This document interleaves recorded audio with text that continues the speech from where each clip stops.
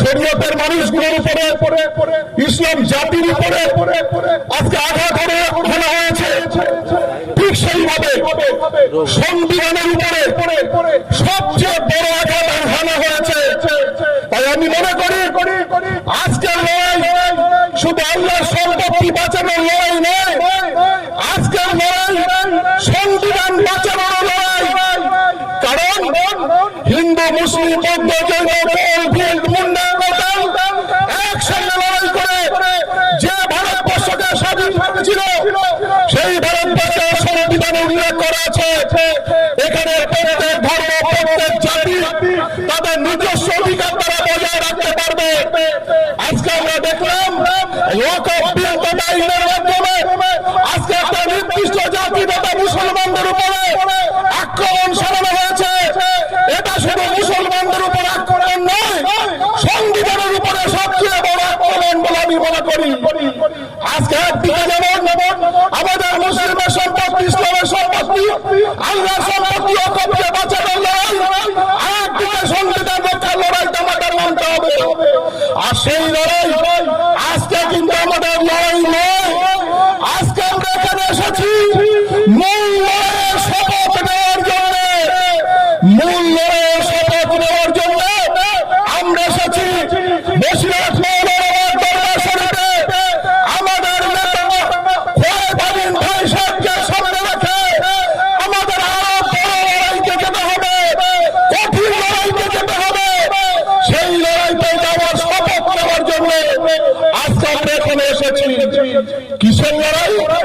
আমাদের আল্লাহর সম্পত্তি, আল্লাহ নামে দান করা ওয়াকফের সম্পত্তি, যে সম্পত্তির উপরে মসজিদ, খানকা, দরবার শরীফ, কবরস্থান অবস্থিত, আজকে সেই সম্পত্তিগুলো আজকে বিজেপি এবং আরএসএস অত্যন্ত সুপরিকল্পিতভাবে এক প্রকারে দখল করার চেষ্টা করছে। আজকে তারা কি বলছে? তারা মিডিয়াকে ব্যবহার করে, তাদের সংগঠনকে ব্যবহার করে, আরএসএস কে ব্যবহার করে তারা সারা ভারতবর্ষের মানুষকে বোঝানোর চেষ্টা করছে তারা নাকি ওয়াকফের সম্পত্তি আজকে বিল এনেছে, ওয়াকফের সম্পত্তির উপরে তারা আইন পাস করেছে। কেন না? সেটা নাকি ইসলামের জন্য ভালো হবে, মুসলমানদের জন্য ভালো হবে। কিন্তু আমরা যে সেই কথাটা বিশ্বাস করি না।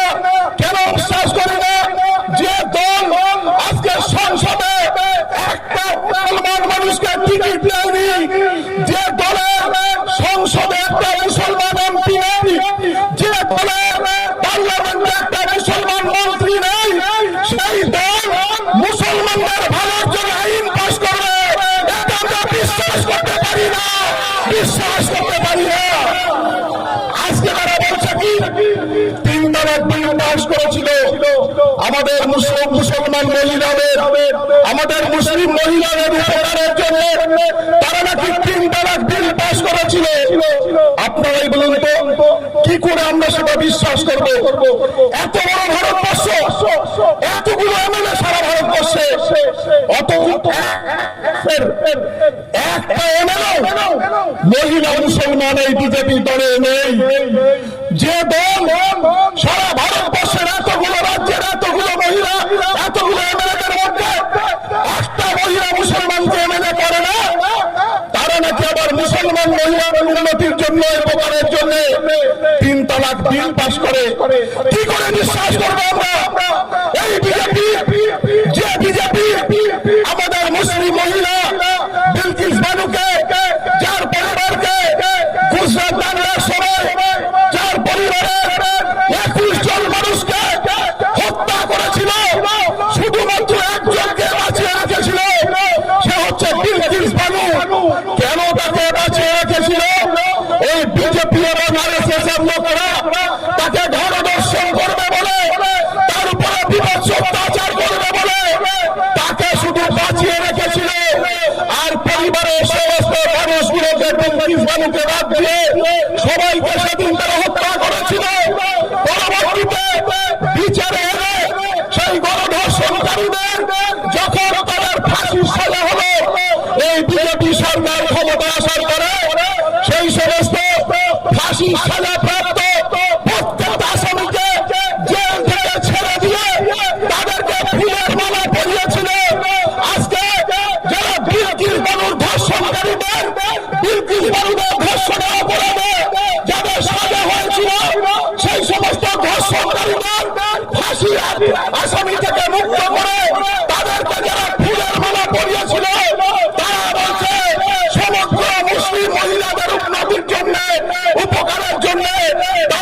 তিন তালাক বিল পাস করেছে, আমরা মানি না, আমরা মানতে পারি না।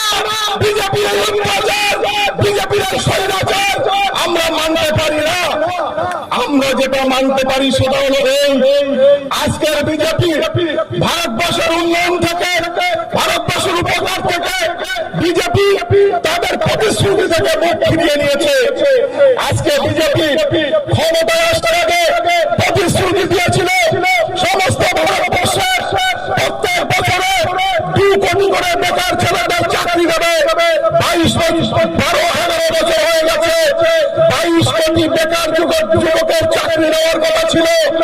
আজ পর্যন্ত তারা 22 লক্ষ বেকার যুবকের চাকরি দিতে পারেনি।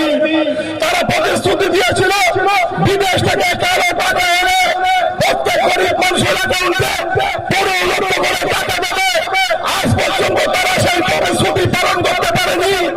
আজকে মানুষ যখন তাদের প্রতিশ্রুতির বিষয়ে বিষয়ে প্রশ্ন করছে, আজকে বিজেপি তার প্রশ্নের উত্তর দেবে না বলে মানুষের দৃষ্টিভঙ্গিকে ঘুরিয়ে দিয়ে তাদের যে রাজনৈতিক মূল এজেন্ডা সাম্প্রদায়িকতা, সেই সাম্প্রদায়িকতা সমস্ত ভারতবর্ষের মানুষের উপরে চাপিয়ে দেওয়ার জন্য, হিন্দু মুসলমানের মধ্যে দাঙ্গা বাঁধিয়ে দেওয়ার জন্য, হিন্দু মুসলমানের মধ্যে অসহিষ্ণুতা তৈরি করবার জন্য একটার পর একটা দিন আনছে। তাদের আসল যে কর্মপন্থা, তাদের যে প্রতিশ্রুতি, সেখান থেকে তারা ফিরে যাচ্ছে। আজকে তারা মনে করছে মুসলমানদের বিরক্ত করতে পারলে ভারতবর্ষের সমস্ত ভোট এবার তাদের হয়ে যাবে। আজকে ভারতবর্ষের মুসলমানদের দ্বিতীয় শ্রেণীর নাগরিক হিসেবে তারা গণ্য করার চেষ্টা করছে। আমি তাদের মনে করিয়ে দিতে চাই, যতই আপনারা ভারতবর্ষকে, ভারতবর্ষের মুসলমানদের দ্বিতীয় শ্রেণীর নাগরিক হিসেবে গণ্য করার চেষ্টা করুন, আমরা ভুলে যাইনি সেই দিন আশফাকুল্লাহ খান ফৈজাবাদের জেলে এই ভারতবর্ষ স্বাধীন করবার জন্য প্রথম ফাঁসির দড়ি গলায় নিয়েছিল। আমরা ভুলে যাইনি কালাপানিতে আন্দোলনে মৌলানা ফজলে হক, নূর শরীফ আজাদি আজকে কালাপানিতে তারা জেল খেটেছিল। আমরা ভুলে যাইনি, আমরা ভুলে যাইনি ব্রিগেডিয়ার ওসমান আজকে আমাদের কারগিলের যুদ্ধে সবার আগে শহীদ হয়ে পরমবীর চক্র নিয়েছিল। আব্দুল হামিদ আজকে পাকিস্তানের ট্যাঙ্কের সামনে দাঁড়িয়ে লড়াই করে ভারতবর্ষকে রক্ষা করেছিল। আমরা ভুলে যাইনি। তাই যতই আপনারা আমাদের দ্বিতীয় শ্রেণীর নাগরিক বানানোর চেষ্টা করুন, ভারতবর্ষের জন্য এই মুসলিমরা যেমন ভাবে জান দিয়েছে, ভারতবর্ষের ঐক্য, ভারতবর্ষের অখণ্ডতা, ভারতবর্ষের সাম্প্রদায়িক সম্প্রীতি রক্ষার জন্য প্রয়োজনে মুসলিমরা আবার জান দেবে। কিন্তু বিজেপির এই চক্রান্তে মুসলিমরা পা দেবে না। আপনারা যতই ফল পাতুন, আমরা সেই পদে পা দিয়ে এই বসিরহাটের বুকে, বাংলার বুকে দাঙ্গার আঘাতে আমরা কোন রকমেই দেব না। আমরা সবাই শান্তিপূর্ণভাবে ঐক্যবদ্ধভাবে লড়াই করে এই বিজেপির যে একটার পর একটা যে জনবিরোধী নীতি, তার বিরুদ্ধে প্রতিবাদ করবে। আগামী দিনে আমাদের লড়াই দিল্লিতে চলবে। এখান থেকে লড়াই শুরু হয়েছে, লড়াই শেষ হবে দিল্লিতে।